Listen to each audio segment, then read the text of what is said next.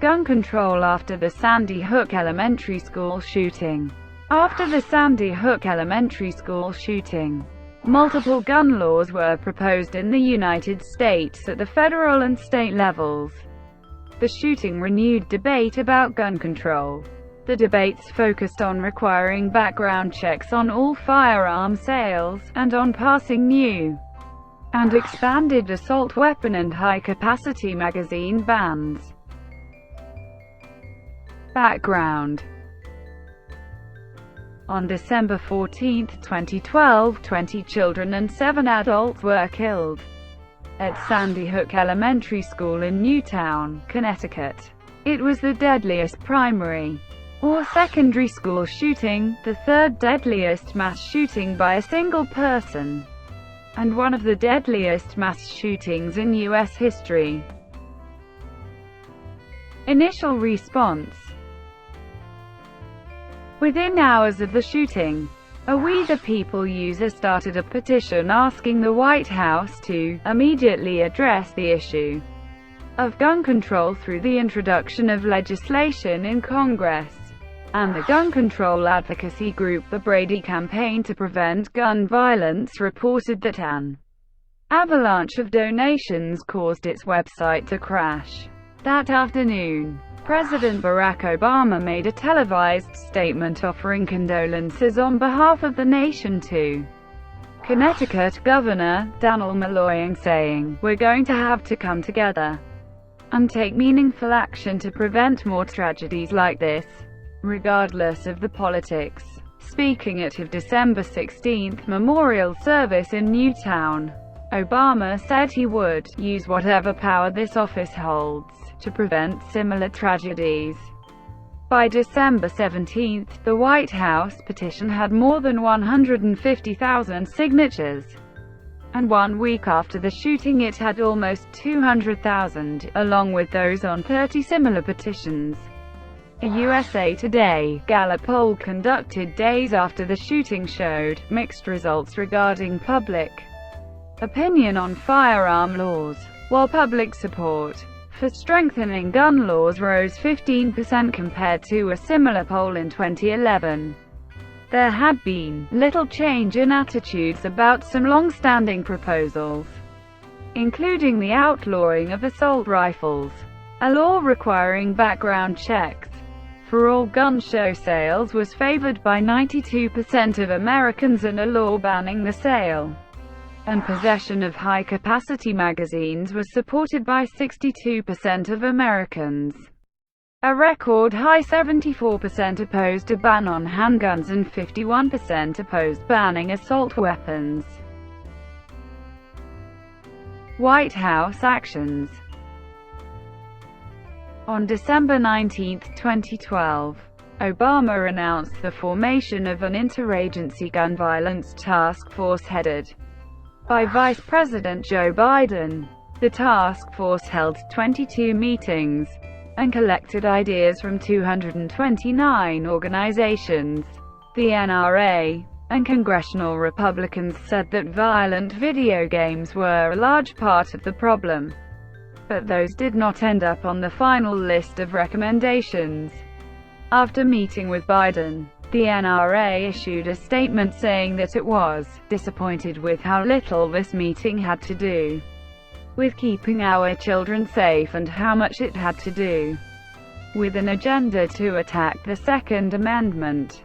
On January 16, 2013, Obama announced a plan for reducing gun violence in 4 parts: closing background check loopholes, banning assault weapons and high-capacity magazines, making schools safer, and increasing access to mental health services. The plan included 23 executive actions, signed immediately by the President, and 12 proposals for Congress. The executive actions signed by Obama were issuing a presidential memorandum to require federal agencies to make relevant data available to the National Instant Criminal Background Check System, addressing unnecessary legal barriers, particularly relating to the health insurance portability and Accountability Act that may prevent states from making information available to NICS, improving incentives for states to share information with NICS, directing the Attorney General to review categories of individuals prohibited from having a gun to make sure dangerous people are not slipping through the cracks, proposing a rule-making to give law enforcement authorities the ability to run a full background check on an individual before returning a seized gun, publishing a letter from the Bureau of Alcohol, Tobacco, Firearms, and Explosives to federally licensed gun dealers, providing guidance on how to run background checks for private sellers, starting a national safe and responsible gun ownership campaign, reviewing safety standards for gun locks and gun safes, issuing a presidential memorandum to require federal law enforcement to trace guns recovered in criminal investigations, releasing a report analyzing information on lost and stolen guns, and making it widely available to law enforcement authorities, nominating an ATF director, providing law enforcement authorities, first responders and school officials with proper training for armed attack situations, maximizing enforcement efforts to prevent gun violence and prosecute gun crime, issuing a presidential memorandum directing the Centers for Disease Control and Prevention to research gun violence, directing the Attorney General to issue a report on the availability and most effective use of new gun safety technologies, and challenging the private sector to develop innovative technologies, clarify that the Affordable Care Act does not prohibit doctors asking their patients about guns in their homes, releasing a letter to healthcare providers clarifying that no federal law prohibits them from reporting threats of violence to law enforcement authorities, providing incentives for schools to hire school resource officers, developing model emergency response plans for schools, houses of worship, and institutions of higher education, releasing a letter to state health officials clarifying the scope of mental health services that Medicaid plans must cover, finalizing regulations clarifying essential health benefits and parity requirements within insurance exchanges, committing to finalizing mental health parity regulations, starting a national dialogue on mental health led by Kathleen Sebelius, the Secretary of Health and Human Services, and Ann Duncan, the Secretary of Education. The White House's proposed congressional actions were these: requiring criminal background checks for all gun sales, including those by private sellers that currently are exempt, reinstating and strengthening the federal assault weapons ban of 1994 that expired in 2004, limiting ammunition magazines to 10 rounds, banning the possession of armor-piercing bullets by anyone other than members of the military and law enforcement, increasing criminal penalties for straw purchasers who pass the required background check to buy a gun on behalf of someone else, acting on a $4 billion administration proposal to help keep 15,000 police officers on the street, confirming President Obama's nominee for director of the eliminating a restriction that requires the ATF to allow the importation of weapons that are more than 50 years old, financing programs to train more police officers, first responders, and school officials on how to respond to active armed attacks, provide additional $20 million to help expand the system that tracks violent deaths across the nation from 18 states to 50 states, providing $30 million in grants to states to help schools develop emergency response plans, providing financing to expand mental health programs for young people.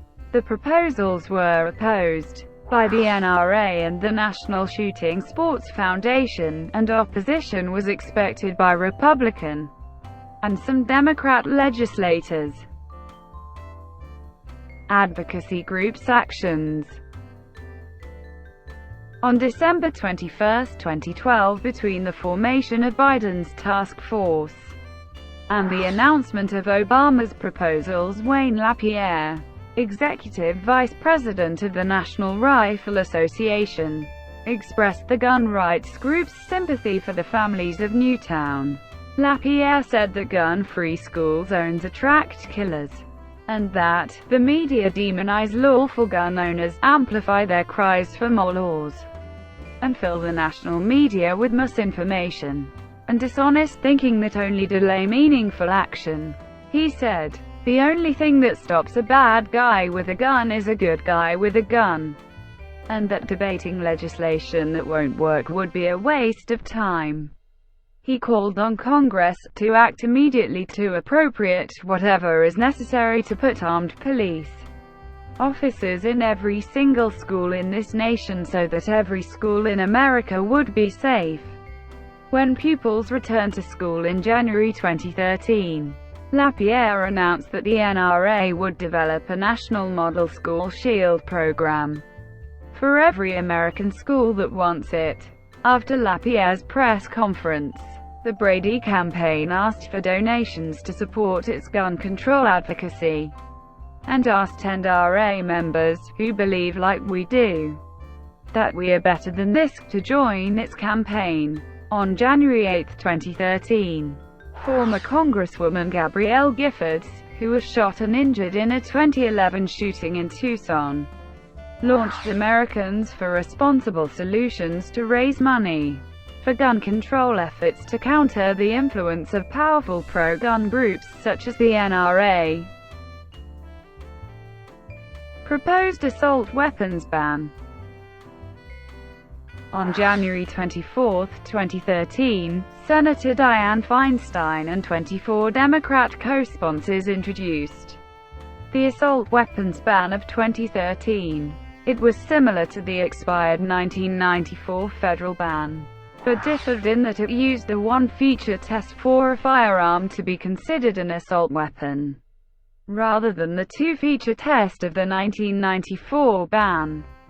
Gun control advocates said the stricter test would make the weapons less appealing to gun enthusiasts. In addition, it would have banned the sale, transfer, importation, or manufacture of about 150 named firearms, firearms with thumb-hole stocks and bullet buttons, the importation of assault weapons and large-capacity magazines, and large-capacity ammunition feeding devices.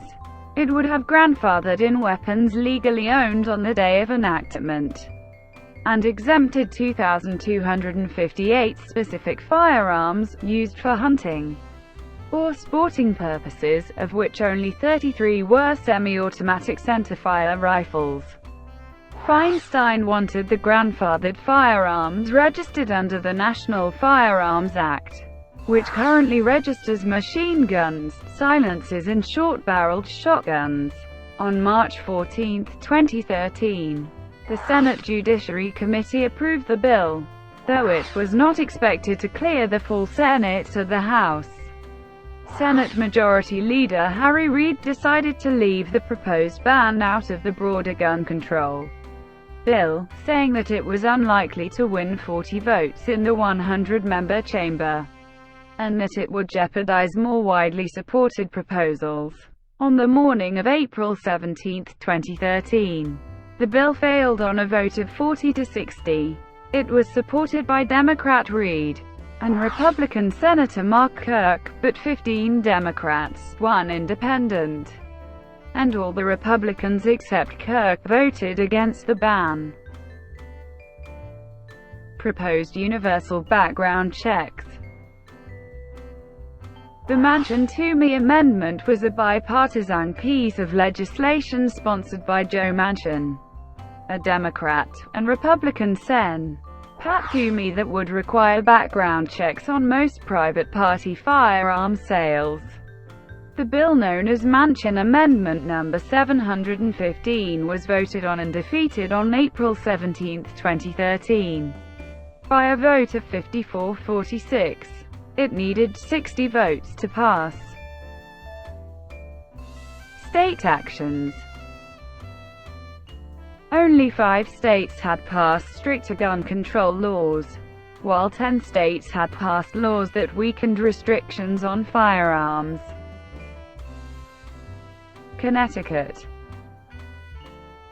In the early morning hours of April 4, 2013, the Connecticut General Assembly passed new restrictions to the state's existing assault weapons ban. Governor Dannel Malloy signed them into law later the same day. The law banned the sale or purchase of magazines capable of holding more than 10 rounds of ammunition like those used in the Sandy Hook Elementary School shooting, and required universal background checks for all firearm purchases.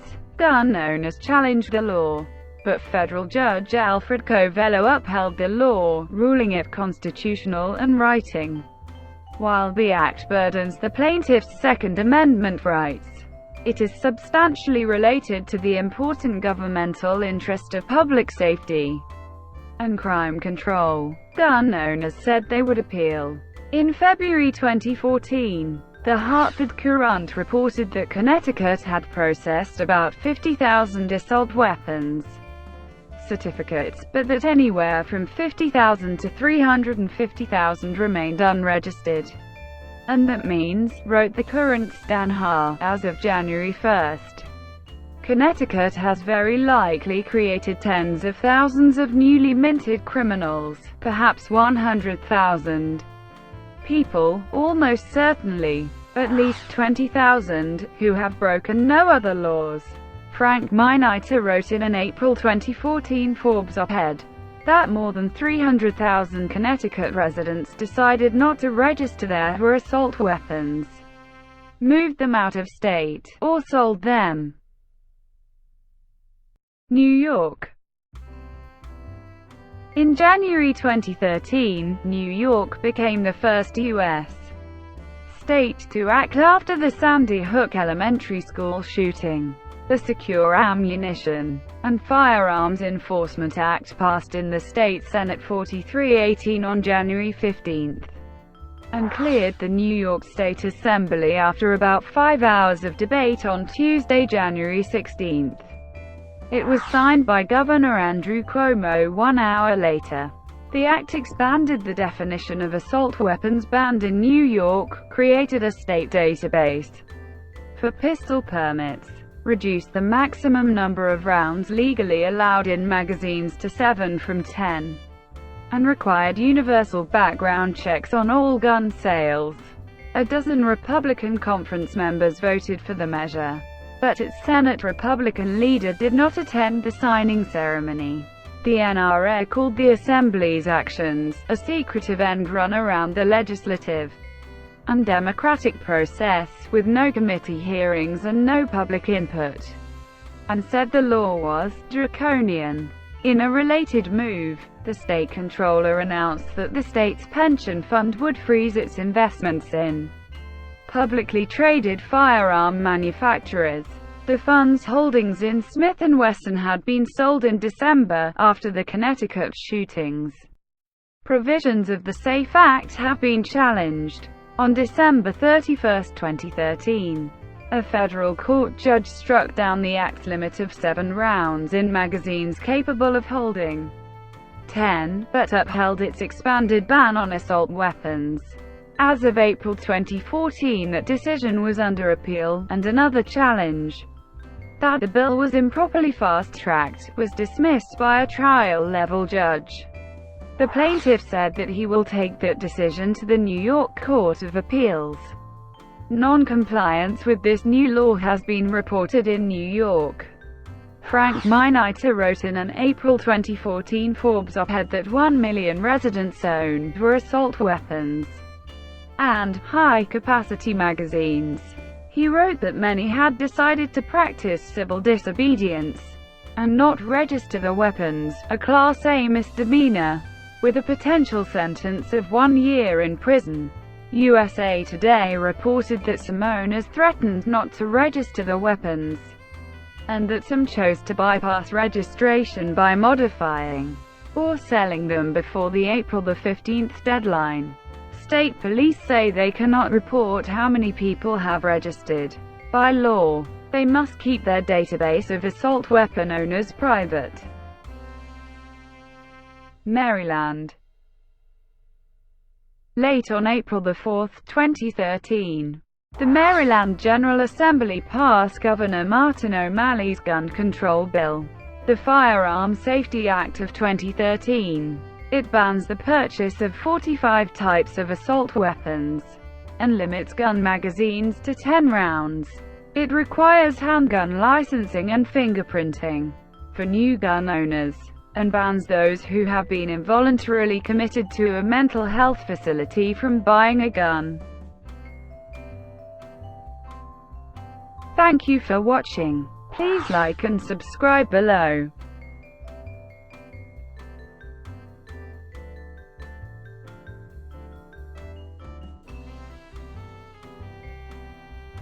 Please like and subscribe below.